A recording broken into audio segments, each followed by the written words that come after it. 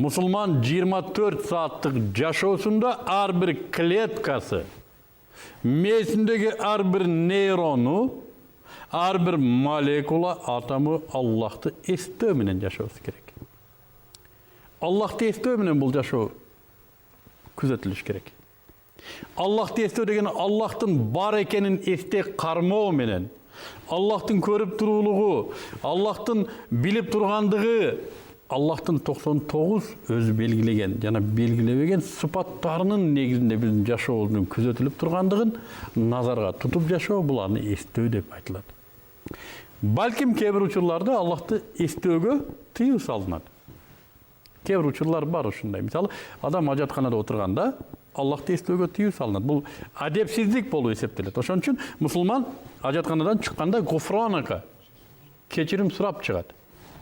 Мен ушул жерде өзүң уруксат бергениң үчүн, өзүң ушуга мүмкүнчүлүк бергениң үчүн мен сени эстебедим. Жана ошон үчүн кечирим сурайм, гуфранака деп чыгат ажатканадан. Калган учурунда мен билгенден дээрлик 24 сааттын бардыгында Аллахты эстөө менен жашоо керек. Кайсыдыр бир алым өзүнүн шагирттерине бирден тоок карматып, Аллах көрбөгөн жерге барып союп келгиле дейт. Бардыгы ар жерден союп келет, бирөөсү көтөрүп келет тирүүлөй. Аллах көрбөй турган жер жоктурбайбы агай депчи. Мунуга эмнете Аллах бардык нерсени көрүүчү, бардык нерсени билүүчү. Аллахты эстөө деген ар бир жашоодо пайда болуп аткан ситуацияда Аллахтын чечимин гана колдонуу. Себеби ал көрүп турат. Ал билип турат. Караңыздар, Аллах субханаху ва тааланы эстөө боюнча өтө көп аяттар, өтө көп хадистер берилген, айтылган. Мисалы үчүн бир аятта айтылат, мааниси ушундай: Аллахты жумшак төшөктөрүндө отуруп алып эстегендер деп атат. Ким жумшак төшөктө отурат? Албетте байлар, колунда барлар. Аллахты эстеген бай кепин кедей болуп калганга чейин байлыгын Аллах жолунда сарптайт. Аллах жолунда сарптайт байлыгын. Эмнеге ал билет, Аллах Таала аны көрүп турат. Андан ыраазы болушу мүмкүн, наразы болуп калышы да мүмкүн. Эмнеге? Себеби байлык Аллах Таала тарабынан берилген жакшылык, неемат, баа жеткис, бааланбай турган. Байлыктын өлчөмү болсо да, бааланбай турган белек. Байлык Аллахтан.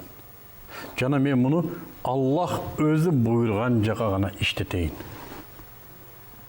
Аллахтын наразы болгон жака иштетүүгө болбойт деп Аллахты жумшак төшөктө отуруп эскерип айтып атат. Мен ушундай деп түшүнөм.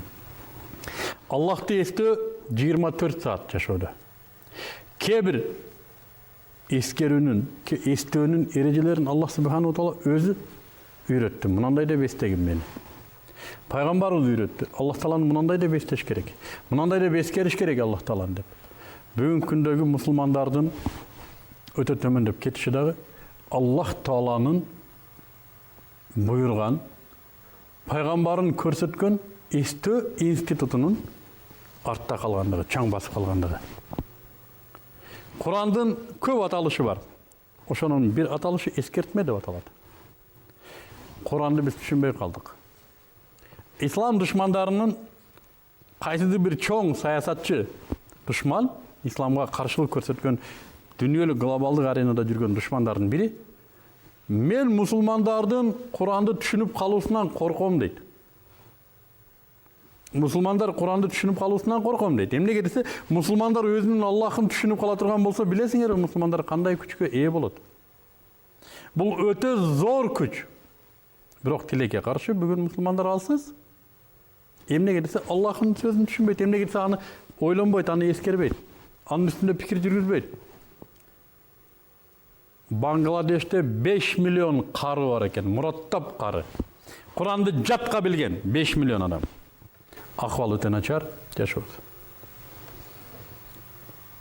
Бүгүнкү биздеги акыбал деле. Биз өзүбүздү жубатышыбыз мүмкүн, Кудайга шүгүр деп.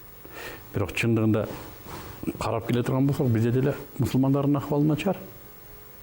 Эмнеге десе, биз Аллахыбызды эстебейбиз. Биз өзүбүздү мусулманмын деп эсептейбиз албетте. Сен мусулман эмессиң деп айтып көр бирөөгө. Эмне болот экен? Мен мусулманмын дейт.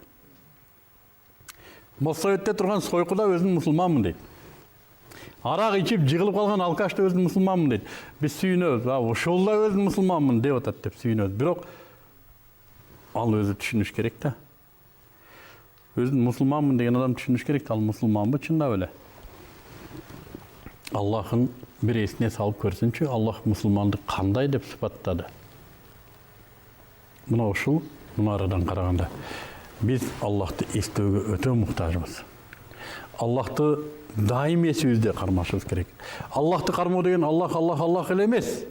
Аллахтың бұйрықтарын, өкімдерін, емнені бұйырып атат бүгінгі күнде. Емне қылуыны бұйырды. Аллахтың бүгінгі күнге берген шешімдері біз несімізде болушы керек. Біз емне қылдық десе бүгін өзімізге ыңғайлы болған шешімдерді шығардық. Бүгін дават мынандай болуш керек та. Бүгін мынандай иш кылышыбыз керек та. Эмнеге? Себеби мага ошол ыңгайлуу. Аны Аллах Таала ушундай буйругандыгы үчүн эмес. Аллахты эстөө, андан коркуу биринчи кезекте.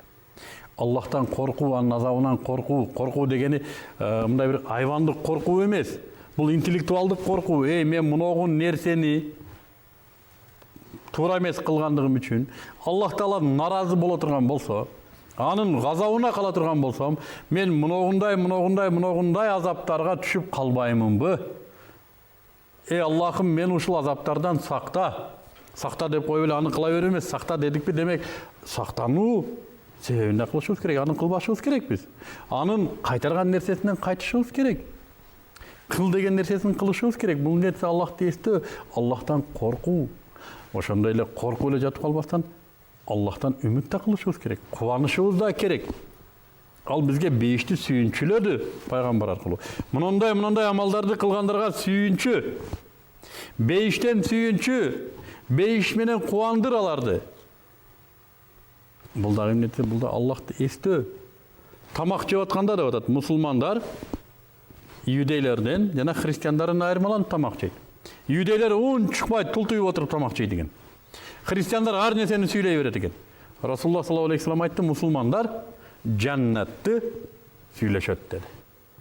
Бейиштеги тамактар жөнүндө, бейиштеги акыбал жөнүндө, бейиштеги даражалар жөнүндө, бейиштеги даамдар жөнүндө сүйлөшөт деди. Муну эмнете? Бул Аллахты эстөө. Кайсыдыр бир чогулушта Аллахтын аты аталып, анын дини улукталып аткан болсо, ал жерге Аллах Таала берекелерди жадырат деди. Ал жерде Аллах Тааланын берекелери болот деди. Муну эмне десе, бул отуруштар Аллахты эстөөчү отуруштар. Бүгүнкү күндө тилекке каршы кандай гана акчалар сарпталып, кандай гана отуруштар болуп атат, Аллахтын А деген тамгасы да эскерилбейт. Аллахтын наалаты түшүп турган отуруштар болуп атат көп жерде. 24 сааттык жашоосун мусулман Аллах субханаху ва тааланын эстөө менен өткөрүшү, мусулмандын өзүнүн кайра сыпатына кайтуу. Анын тилинде да дайым Аллах, Аллах, Аллах, жүрөгүндө да дайым Аллах, Аллах, Аллах, амалында да дайым Аллах, Аллах, Аллах. Тилиндегиси мына ушуну Аллах айт деди, мен айтып атам силерге. Аллах муну кыл деди, мен ушуну кылып атам. Аллах Таала мындай деди, мен ушуну деп атам. Жүрөгүндө Аллахым менден ыраазы бол. Аллахым сенин ыраазылыгыңды кантип табам? Аллахым сенин ыраазылыгың үчүн ушуну кылып атам. Амалында да Аллахтын ыраазылыгы үчүн ушуну кылам. Аллах ушундан ыраазы болсо экен. Аллах дагы кайсы нерсеге ыраазы болот, ошону мен кылайын деп, ошо тилинде да, жүрөгүндө да, амалында да Аллах Тааланы эстөө менен жашоо мусулмандын Аллахты эстөөчү сыпатына алып келет экен. Бүгүн биз мына ушул сыпатыбызды кайра жандандырышыбыз керек. Аллахыбызды эстемейинче, дайым эсибизде тутуп үйрөнмөйүнчө, Аллахтын байкап туруучулугу, Аллахтын күтүп туруучулугу, Аллахтын көрүүчүлүгү, Аллахтын билүүчү сыпаттары бизге таасирин бербейт экен туугандар. Биз анын ырыскысынан ошончалык колдонобуз. Жана анын бар экендигин унутабыз. Бул нашкүрчүлүк, бул шүгүр кылбоочулук, бул надандык. Буга жооп берилет туугандар. Ошон үчүн Аллахты эстейли. 24 саат бою. Ар бир клеткабыз Аллахтын бар экендигин билсин, Аллахты эстесин. Аллахтын буйруктарына, чечимдерине ылайык жашоону үйрөтөлү. Курчап турган айлана чөйрөбүзгө, балдарыбызга, жубайларыбызга, кошуналарыбызга биз кимди көрсөк, бардыгына Аллахты эсине салалы. Коркунуң, Өлім ақиқат. Қалайсың ба, қалабайсың ба, барасың бара тұрған жеріңе. Аллах Тағаланың алдында жарық маңдаймен тұрған ушул жашоодо мүмкүнчүлүк тап деп есіне салайлы Аллахты. Аллахтың ұлылығын есіне салайлы. Ырызқыны Аллах Тағала ғана беріп тұрушылығын есіне салайлы. Андан эмне болду десе, андан өзүбүз пайда таптык. Өзүбүздүн да эсибизге түшөт. Демек, мусулман Аллахын дайым эстеп жүрүүчү.